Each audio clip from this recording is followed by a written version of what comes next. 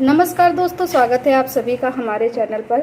दोस्तों, कैसे किस प्रकार एक पत्नी अपने पति को प्रेमी के साथ मिलकर घर ही में उसको बालू और सीमेंट में जाम कर देती है, एक ड्रम के अंदर।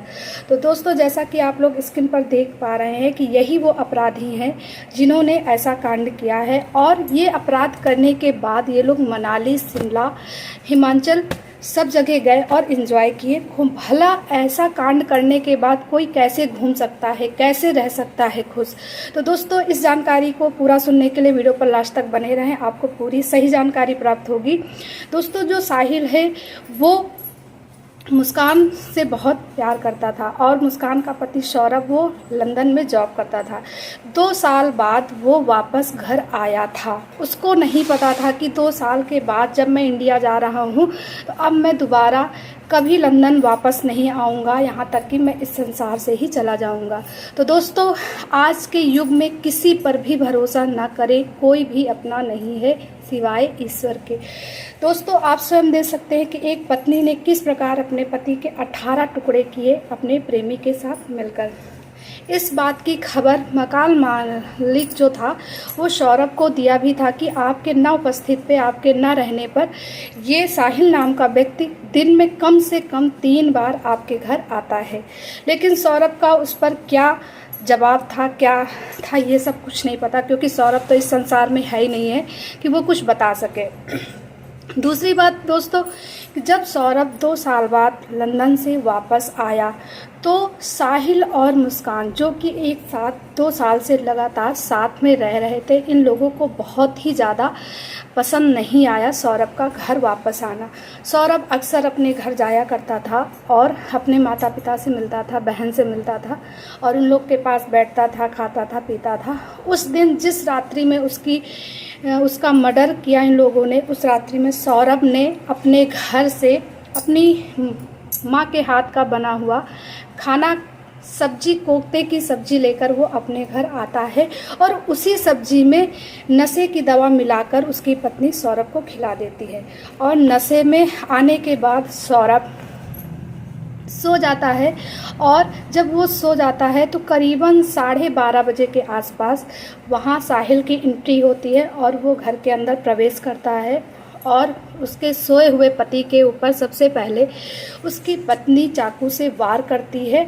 उसके बाद उसका प्रेमी चाकू से वार करके उसको मार डालता है। मारने के बाद उस बॉडी को वो लोग वॉशरूम में लेकर जाते हैं और वहाँ पे उसके 18 टुकड़े करते हैं। 18 टुकड़े करने के बाद जो बॉडी का सिर होता है उसको और बॉडी के हाथ, इन दोनों को साहिल जो होता है उसको बैग में डालकर उसको पैक कर देता है। बाकी के बचे हुए पार्ट को वहीं कमरे में पड़ा हुआ बेड उसके अंदर छुपा देता है।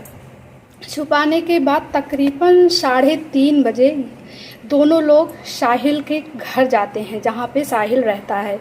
वहाँ से सुबह 9 बजे वो लोग जाते हैं, एक ड्रम खरीदते हैं और ड्रम खरीदने के बाद फिर से मुस्कान के घर आते हैं और उसी ड्रम में उस सारे बॉडी पार्ट को भर देते हैं। बालू और सीमेंट का घोल डालकर उसको जाम कर देते हैं, एकदम से भर देते हैं।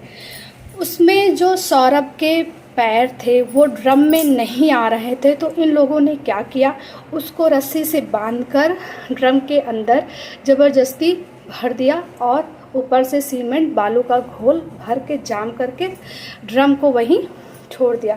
ये सारी चीज़ें उसी घर के अंदर होती हैं जहाँ सौरभ रहता है, उसकी पत्नी रहती है। और ये सब करने के बाद अगले दिन वो लोग प्राइवेट टैक्सी लेकर हिमाचल की ओर निकल जाते हैं। शिमला, मनाली खूब एंजॉय करते हैं, खूब घूमते हैं और वहाँ पे लोग एक होटल में रुकते हैं। एक होटल में ये लोग रुकते हैं, वहाँ पे एंजॉय करते हैं। और जो मुस्कान होती है वो केक ऑर्डर करती है बिना नाम का, क्योंकि उसके प्रेमी का बर्थडे होता है। और होटल में वो लोग खूब इंजॉय करते, डांस करते, खूब घूमते हैं और वहीं पर उन लोगों ने होली भी अच्छे से मनाई। भला आप लोग खुद सोच सकते हो कि एक इंसान, जो इंसान इतना गलत काम किया हो, किसी की प्राण ली हो, किसी का जान लिया हो, किसी से उसका बेटा, माँ से उसका बेटा दूर किया हो, बहन से उसका भाई दूर किया, स्वयं उसकी पत्नी ने ऐसा किया, तो आप सोच सकते हैं कि उस उसका मन कैसा रहा होगा। तो दोस्तों ये सब कांड करने के बाद भी वो लोग खूब एंजॉय किए, खूब घूमे।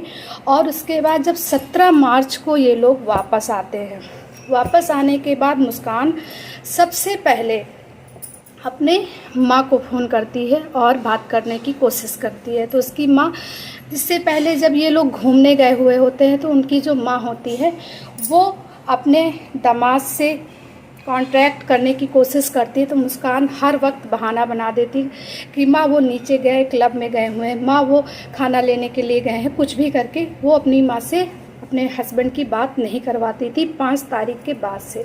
क्योंकि उस 5 तारीख के बाद से ही तो सौरभ संसार में था ही नहीं, इन लोगों ने उसको मार दिया था।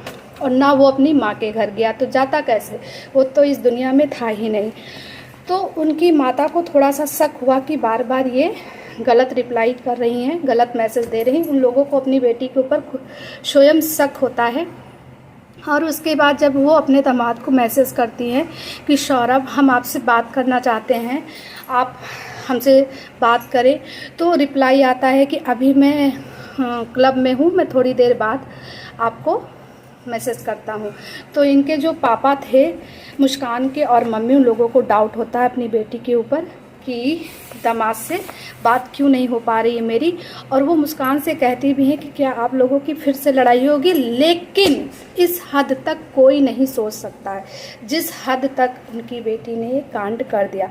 तो दोस्तों अगर आप लोगों को वीडियो पसंद आई हो तो इसके आगे की स्टोरी सुनने के लिए चैनल को ज़रूर सब्सक्राइब करें और कमेंट करें। इसके आगे की स्टोरी हम आप लोगों को एकदम सत्य घटना पर आधारित हुई स्टोरी है, उसे हम आप लोगों तक ज़रूर शेयर करेंगे। तो तब तक के लिए राधे राधे भैया। इस संसार में किसी के ऊपर भरोसा मत करो सिवाय राधा सरकार के। तो जय श्री राम।